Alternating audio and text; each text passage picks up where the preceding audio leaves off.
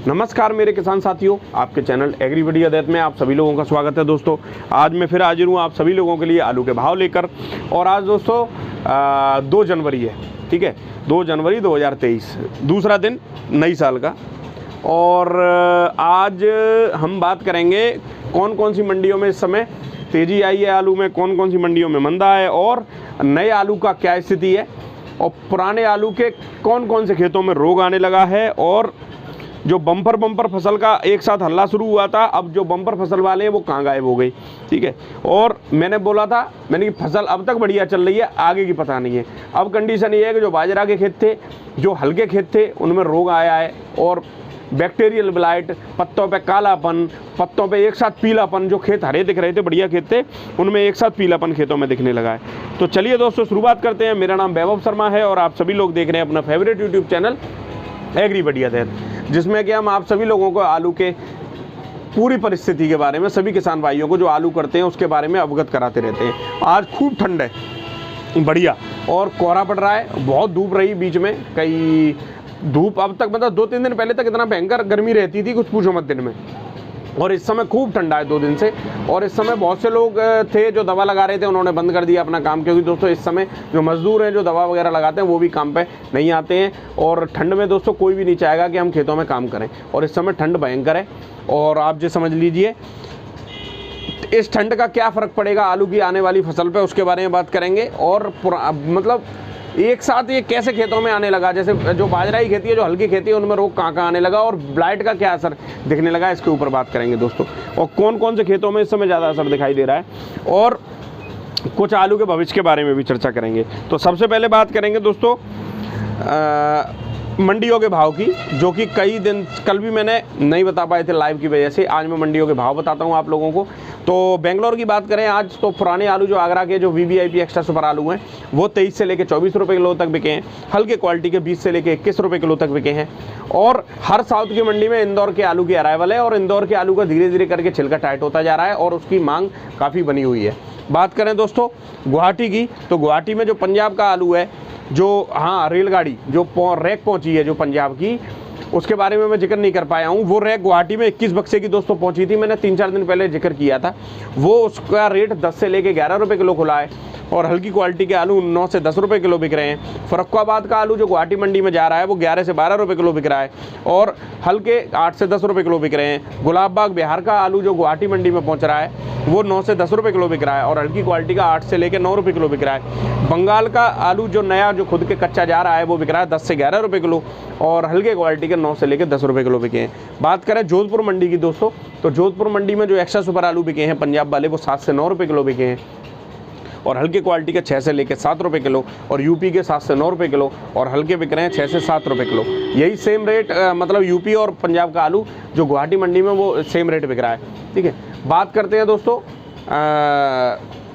पूना मंडी की, तो पूना में आज 10 गाड़ियाँ आगरा की पुराने कोल्ड स्टोर वाली, जो बढ़िया चालू कोल्ड स्टोर है उनकी बात कर रहा हूँ मैं, सिरसागंज साइड के या उधर के, वो आलू बिके 20 से लेके 21 रुपये किलो, हल्की क्वालिटी के 10 से लेके 15 रुपये किलो। इंदौर का आलू बिक रहा है 16 से 18 रुपये किलो, जो कि 15 से 16 गाड़ियाँ दोस्तों पूना की मंडी में, और हल्की वाले बिक रहे हैं 15 से लेकर 16 रुपये किलो तक। बात करें दोस्तों चेन्नई मंडी की, तो चेन्नई में आज एक्स्ट्रा सुपर VVIP जो आगरा के आलू हैं वो बिके हैं 24 से लेकर 25 रुपये किलो, हल्की क्वालिटी के बिक रहे हैं आपके 20 से लेकर 21 रुपये किलो। लगभग 7 गाड़ी आगरा की हैं, और इंदौर का बिक रहा है 21 गाड़ी इंदौर की हैं, वो बिक रहा है 19 से लेकर 20 रुपये किलो, और हल्के बिक रहे हैं 17 से 18 रुपये किलो।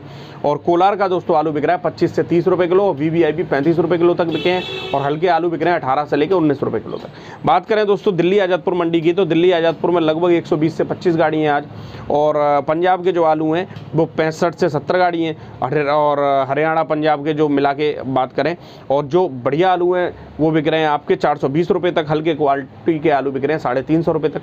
और संबल यूपी के 50 से 52 गाड़ी हैं, वो बिक रहा है VVIP आलू 500 से 510 रुपये, हल्की क्वालिटी का 450 रुपये से लेके 500 रुपये तक, और गुल्ले बिक रहे हैं 200 से लेकर 275 रुपये तक 50 किलो के दोस्तों ये भाव में दिल्ली आज़ादपुर के। बात करें फरुखाबाद मंडी की, तो 70 से 80 गाड़ी की आमदनी है मोटर की, और एक्स्ट्रा सुपर आलू बिके हैं 650 से 711 रुपये तक, और हल्की क्वालिटी के 600 से 650 रुपये तक। और दोस्तों बात करें रोग की, आलू में। अब बात करते हैं पक्के आलू की फसल की। तो पक्के आलू की फसल अभी जो 60 दिन तक, अभी तो करीब 7-8 दिन पहले तक फसल ऐसा लग रहा था कि इस साल तो बहुत बढ़िया फसल आने वाली है, पता नहीं क्या हो जाएगा। पर 4-5 दिन में स्थिति बदल जाती है आलू की, क्योंकि दोस्तों जब तक आलू खोदेगा नहीं तब तक स्थितियाँ बदलती रहेंगी। ठीक है, अब इस समय कंडीशन क्या है कि एक संग पीलापन खेतों में दिखने लगा। ठीक है, अब आलू खोद के हम देख रहे हैं तो आलू किसी में तो गुल्ला दिख रहा है, किसी में मोटा गुल्ला दिख रहा है, कुछ खेतों में तो अभी गिर रही है। ठीक है, और लोगों ने देखा कि आल इतनी बढ़ती चली आ रही थी, जाने कितना होगा। तो दोस्तों जब तक आलू खुदेगा नहीं तब तक कुछ पता नहीं चलेगी कि होने क्या वाला है। ठीक है, अब घूमेंगे खेतों में, देखेंगे क्या स्थिति रहने वाली है। पर दोस्तों इस समय क्या है कि जो बैक्टीरियल ब्लाइट होती है, जो पत्ते पर काला धब्बा, जिसको परपरा भी कुछ लोग बोलते हैं, ये बहुत ज़्यादा आ रहा है इस समय खेतों में।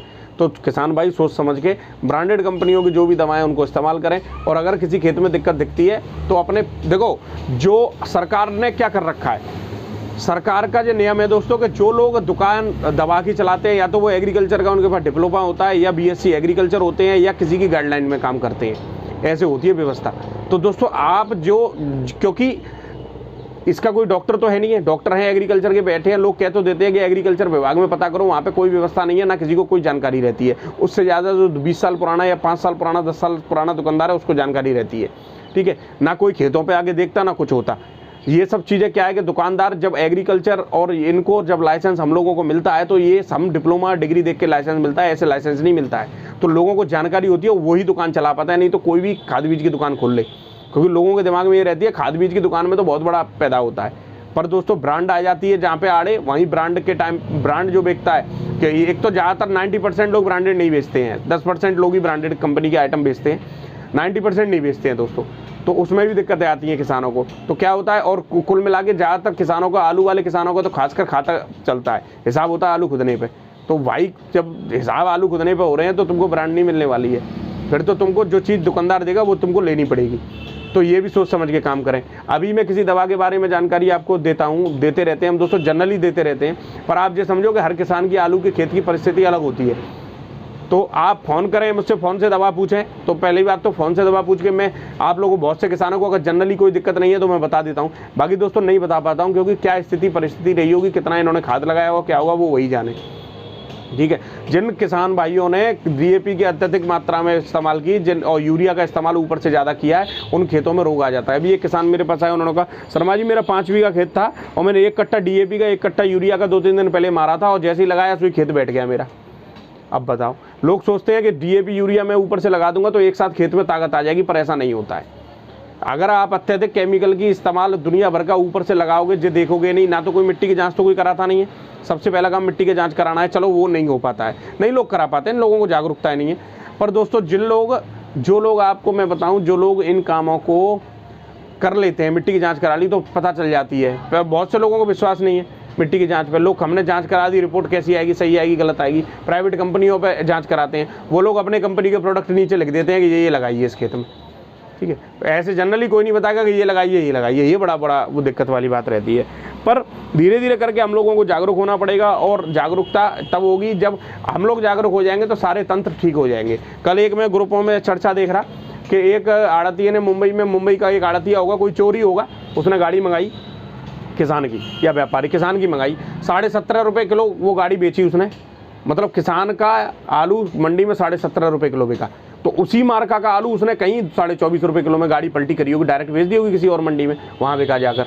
तो आप ये समझ लो कि सबसे बड़ा शोषणकारी कौन है किसानों के? सबसे बड़े शोषणकारी हैं, जो सबसे बड़े शोषणकर्ता हैं किसान के, वो हैं चोर आड़तिये, जो चोर उनका पेट ही नहीं भर पा रहा है, वो चोरी करने से बाज नहीं आ पा रहे हैं। क्यों नहीं आ पा रहे हैं? क्योंकि भाई किसान उनको सॉफ्ट कॉर्नर मिला हुआ है। भाई किसान सबसे सीधा समझते हैं वो किसान को, किसान जागरूक नहीं है, लोगों को जानकारी नहीं है।